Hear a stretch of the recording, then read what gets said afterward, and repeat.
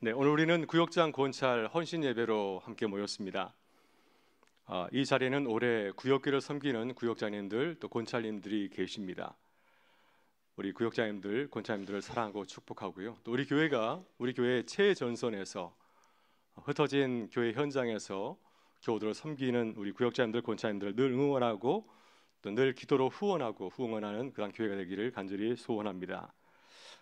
지난 금요일 오후 2시부터 밤 10시까지 구역장 권찰 수련회 은혜 가운데 잘 마쳤습니다.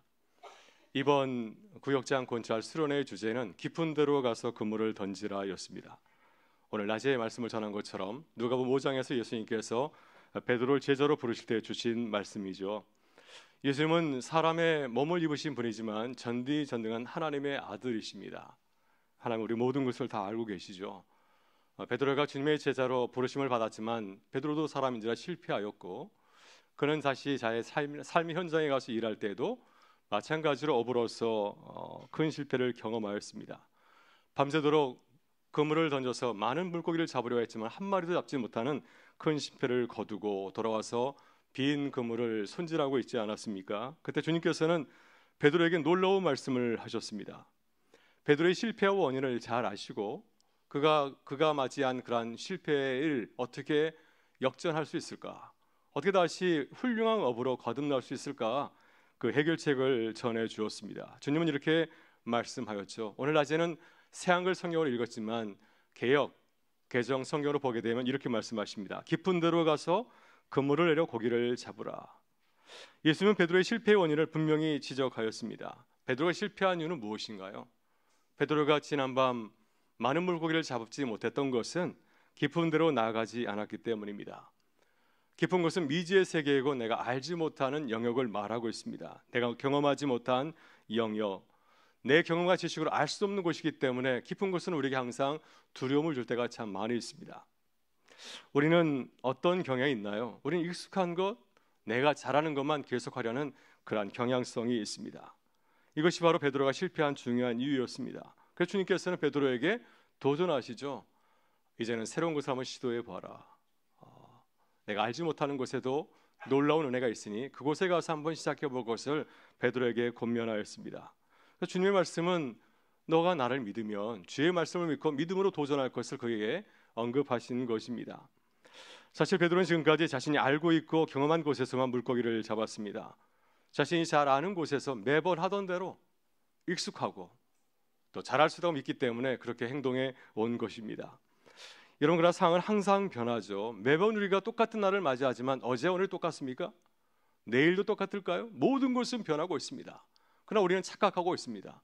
늘 똑같은 현상이라고 똑같은 환경, 똑같은 상태로 바라보고 있지만 우리도 계속해서 변하고 있고 우리의 주변 상황도 계속해서 변하는 것을 보게 됩니다. 그래서 이러한 상황을 모른다고 한다면 어제와 오늘이 다르고 내일이 오늘과 다름을 분명히 알지 못한다고 한다면 우리는 똑같은 방식으로 대하다가 큰 실패를 경험할 수밖에 없습니다. 그래서 우리는 항상 새롭게 바라봐야 됩니다. 왜? 모든 상황이 다 똑같지 않기 때문이죠. 늘 새롭게 상황을 바라보며 접근해야 됩니다. 베드로가 실패한 것은 상황에 능동적으로 대처하지 못하기 때문입니다. 하지만 주님의 말씀을 따라서 깊은 곳으로 나가게 됐을 때 나의 생각을 내려놓고 주의 말씀의 권위를 인정하고 순종하게 되었을 때 놀라운 경험을 하게 되었습니다. 어떤 경험을 하게 되었나요? 그물이 찢어질 정도로 많은 고기를 잡게 되었습니다. 바로 그것은 그가 예전에 경험하지 못하였던 깊은 곳으로 나갔을 때 믿음으로 순종했을 때 경험한 놀라운 역사였습니다. 그래서 우리는 늘 깊은 곳으로 나아가야 되는 것입니다. 우리가 늘 알고 있는 얕은 곳에서만 이렇게 늘 다니는 것이 아니라 때로는 우리는 깊은 곳으로 나아가야 됩니다. 그날 베드로처럼 우리가 그 삶의 자리에서 똑같은 환경이지만 주님이 주시는 새로운 은혜를 경험할 수 있기 때문이죠. 오늘 본문에서 우리는 구역장 예수님을 만납니다. 예수님은 제자 공동체를 이끄는 리더이셨습니다. 주님께서 고난과 죽음을 당하셨을 때 주님이 속하였던 주님이 이끄는 제자 공동체 구역교회는 어떻게 되었나요? 한순간에 무너지고 말았습니다. 모든 제자들이 다 흩어지고 도망치고 말았습니다. 그러니까 예수님께서 구역장으로서 자신의 구역이 무너지는 실패하는 경험을 하게 된 것입니다. 예수님을 따라다니던 무리가 얼마나 많았습니까? 또 주님과 동공하고 동락했던 제자들이 얼마나 많이 있었습니까? 근데 주님께서 어려운 일을 당하자, 주님께서 십자가에서 달려 돌아가시자 그동안 함께 생활했던 3년간 훈련받았던 제자들, 자신의 모든 구역 식구들이 한순간에 다 흩어지고 말았습니다. 그 이후에 아무도 제자 구역교회를 케어하려고 하지 않았습니다. 결국 구역교회는 누가 케어해야 되나요? 누가 책임을 져야 되겠습니까? 제자들이 해야 되겠습니까? 아니면 제자들 가운데서 항상 앞장섰던 베드로 수제자가 구역교회, 제자 구역교회를 이끌어야 되겠습니까? 여러분, 그렇지 않습니다. 공동체는 항상 리더가 앞장을 서야 됩니다. 이것이 리더의 몫이고 리더의 역할이고 또 하나님께 주신 리더의 사명인 줄 믿습니다. 올해 우리 교회도 많은 구역교회들이 있습니다. 이번 구역장 권찰 수련회에 참석하신 분들이 100분이 넘습니다. 우리 교회 구역교회가 120개 정도가 됩니다. 구역교회 가운데 매주 잘 모이는 구역도 있고요, 또 멀리 흩어져 있어서 자주 모토하는 그러한 구역 공동체도 있습니다. 이것이 우리의 모습이고 또 우리가 함께 품고 나가야 될 구역교회의 모습입니다. 우리 구역교회 잘 모인다고 해서 우리만 생각하는 것이 아니라 잘 모이지 못하는 구역교회도 바라보면서 형제 구역교회니까 함께 기도하면서 함께 나가게 될 때 교회가 밸런스를 유지하면서 함께 은혜를 누리는 교회로 거듭날 수 있지 않겠습니까? 그래서 우리는 우리의 문제를 바라보면서 제자들처럼 바라보지 말아야 됩니다. 구역 식구들은 제자들처럼 바라볼 수가 있죠. 그들은 리더가 아니기 때문입니다. 그러나 우리는 리더이죠. 우리 공동체에 문제가 있다고 한다면, 어려움이 있다고 한다면 우리는 주님처럼 바라봐야 됩니다. 왜? 내가 이 구역교회의 리더이기 때문이죠. 주의 말씀에 의지하여서 깊은 데로 나가야 됩니다. 지금까지 내가 얕은 곳에서 내 지식에 의지했다고 한다면 이제는 주의 말씀을 붙들고 깊은 곳으로 나가서 또 주신 사명을 잘 감당해야 되지 않겠습니까? 여러분, 그렇다면 주님은 제자 공동체가 무너졌을 때 어떻게 하였을까요? 주님은 제자들을 돌보셨습니다. 도망친 제자들, 배신한 제자들, 한 사람 한 사람 찾아가서 그들을 돌보셨습니다. 만약 예수님의 그 제자 공동체 구역교회가 수천 수만 명이었다고 한다면, 이런 큰 대구로 했다고 한다면 그들을 돌보는 사역은 불가능했을 것입니다. 그러나 주님께서 맡으신 제자 공동체 구역교회의 수는 몇 명이었죠? 12명이었습니다. 얼마든지 개인별로 만나서 돌볼 수 있는 공동체의 사이즈였습니다.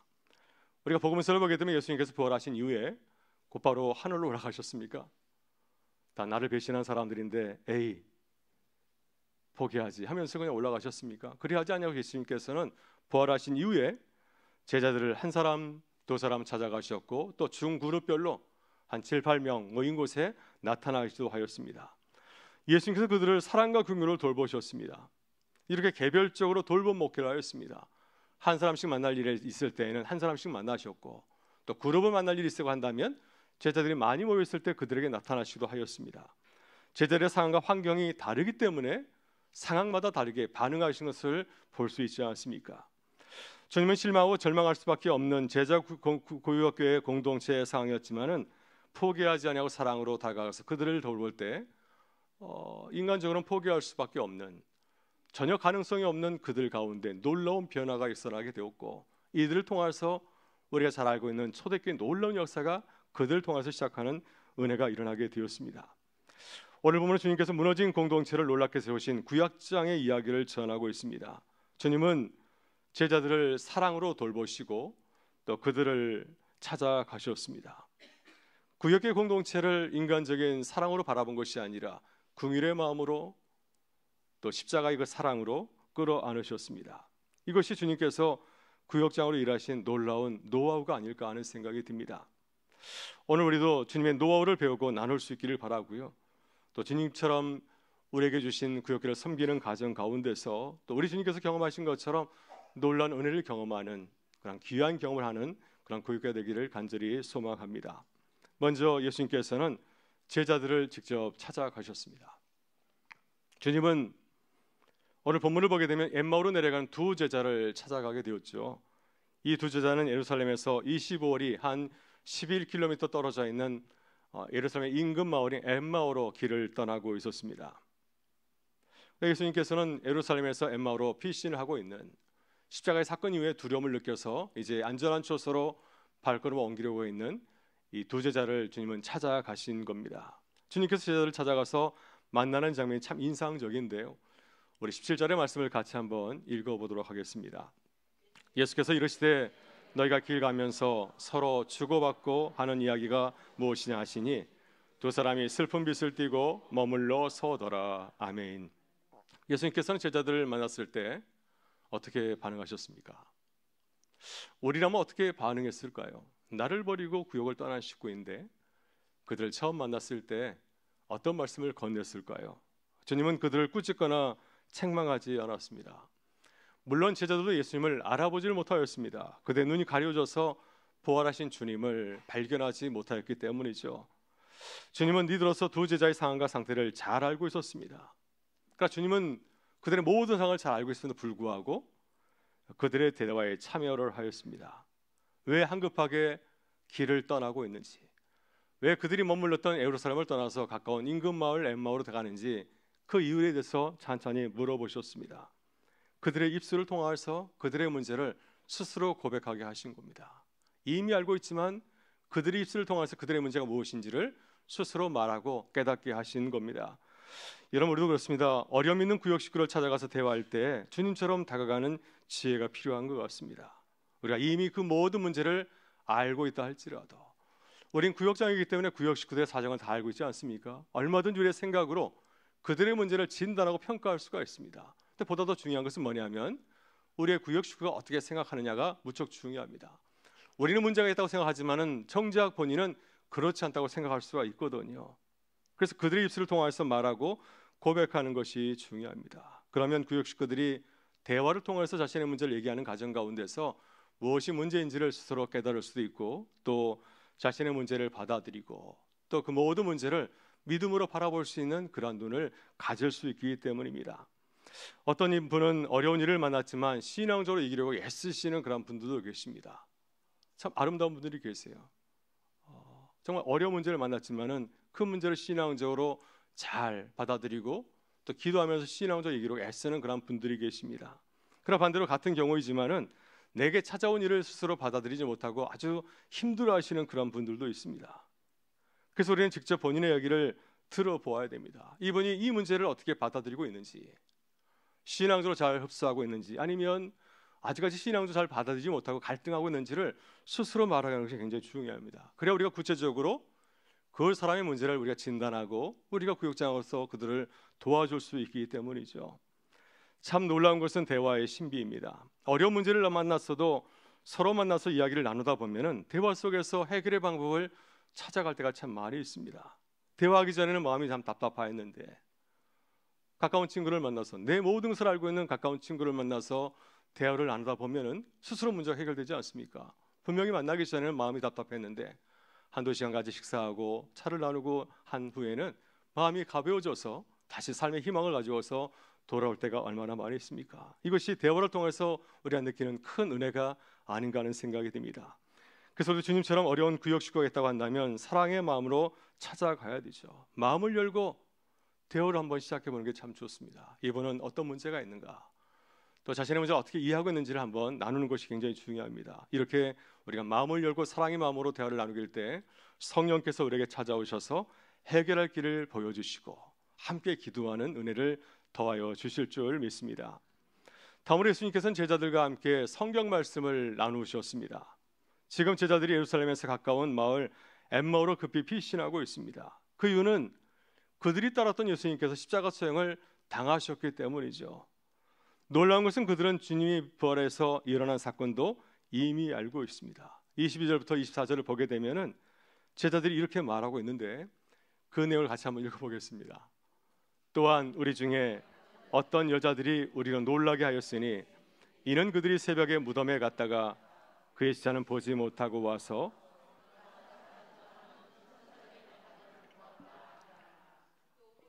또 우리와 함께한 자 중에 두어 사람이 무덤에 가 과연 여자들이 말한 바와 같이 보았으나 예수는 보지 못하였으느라 하거늘. 아멘. 보십시오. 제자들은 이미 놀라운 복음의 소식을 알고 있습니다.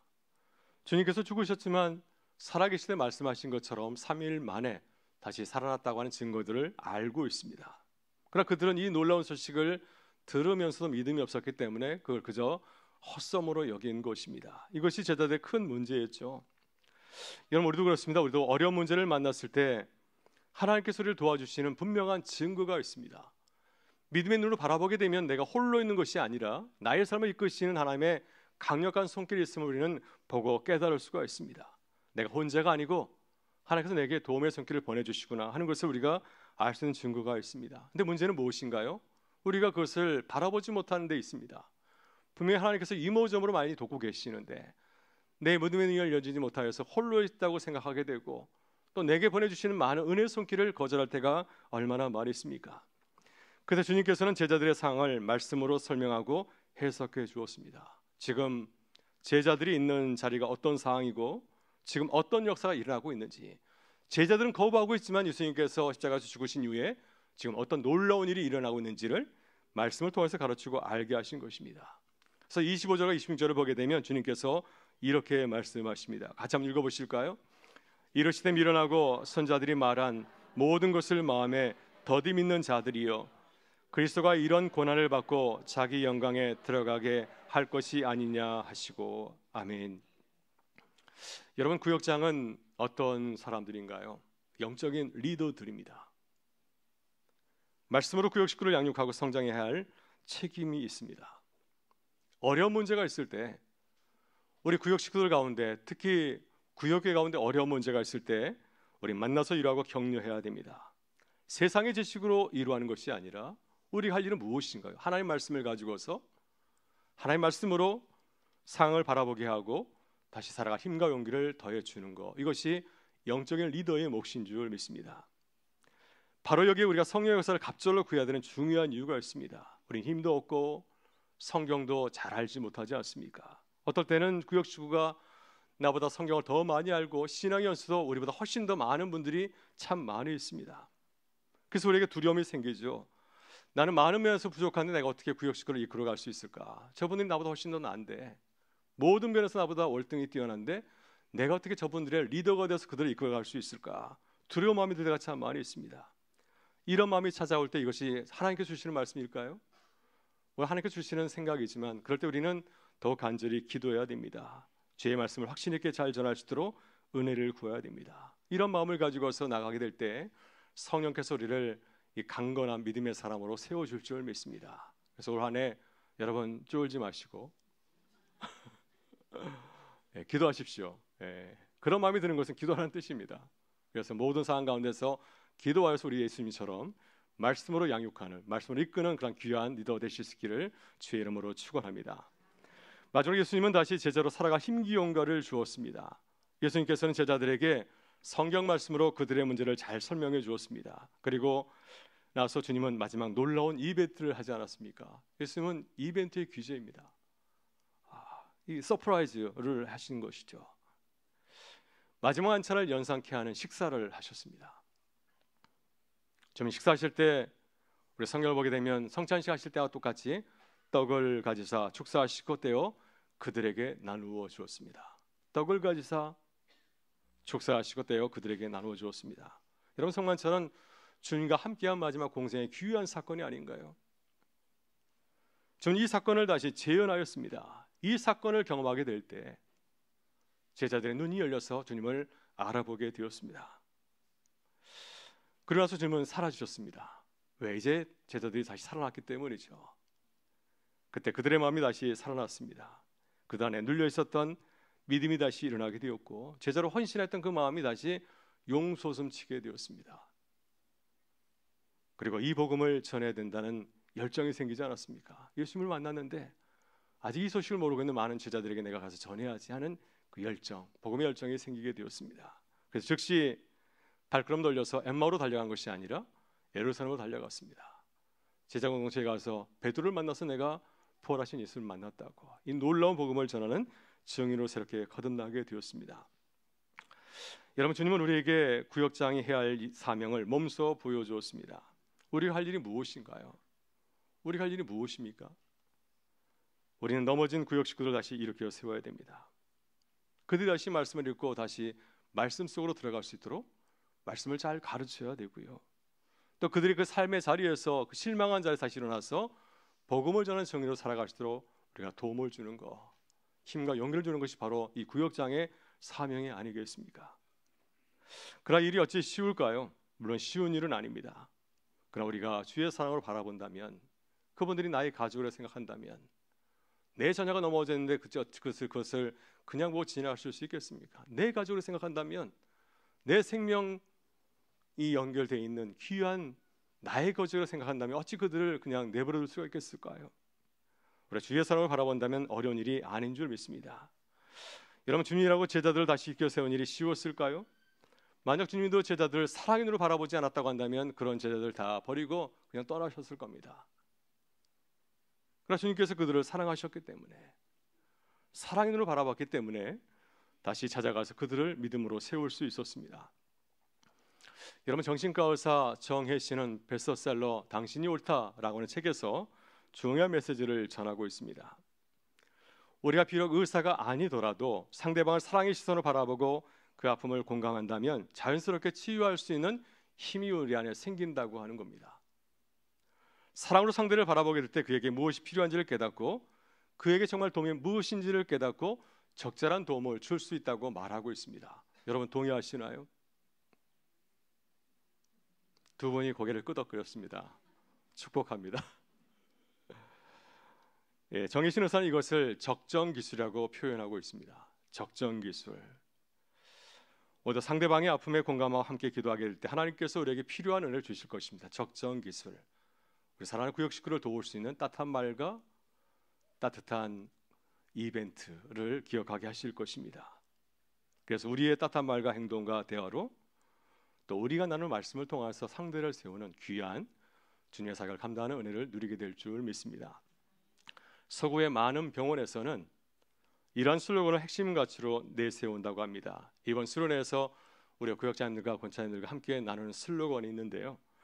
영어로 We care, God cures. 우리말로 우리는 돌봅니다, 하나님은 치유하십니다 라고 하는 슬로건입니다. 같이 한번 서로에게 고백해 볼까요? 우리는 돌봅니다, 우리는 돌봅니다, 하나님은 치유하십니다, 하나님은 치유하십니다. 오늘 이 자리에 의사 선생님도 계시지만은 의사가 사람을 다 살리는 것은 아닙니다. 의사 선생님은 환자를 수술하고 치료할 분이지만, 그렇지만은 그를 살리고 온전하게 치유하시는 분은 하나님이신 줄 믿습니다. 우리도 마찬가지입니다. 우리는 단지 구역식으로 돌볼 수 있을 뿐이지 치유할 수 있는 그러한 전능한 구역장은 아니지 않습니까? 그러나 우리가 최선을 다해서 돌보고 섬기게 되면 하나님께서 그 다음은 책임져 주시고 우리 구역교회를 또 구역 식구들을 온전하게 치유하는 은혜를 더하여 주실 줄 믿습니다. 그래서 올해 우리가 해야 될 일은 치유하는 것이 아니죠. 우리에게 당부하신 것은 무엇인가요? 우린 그저 사랑으로 돌보는 것입니다. 그럼 하나님께서 친히 치유하시고 회복하실 것임을 믿습니다. 우리 온전하게 치유하시는 그분을 바라보면서 전진하실 수 있기를 바랍니다.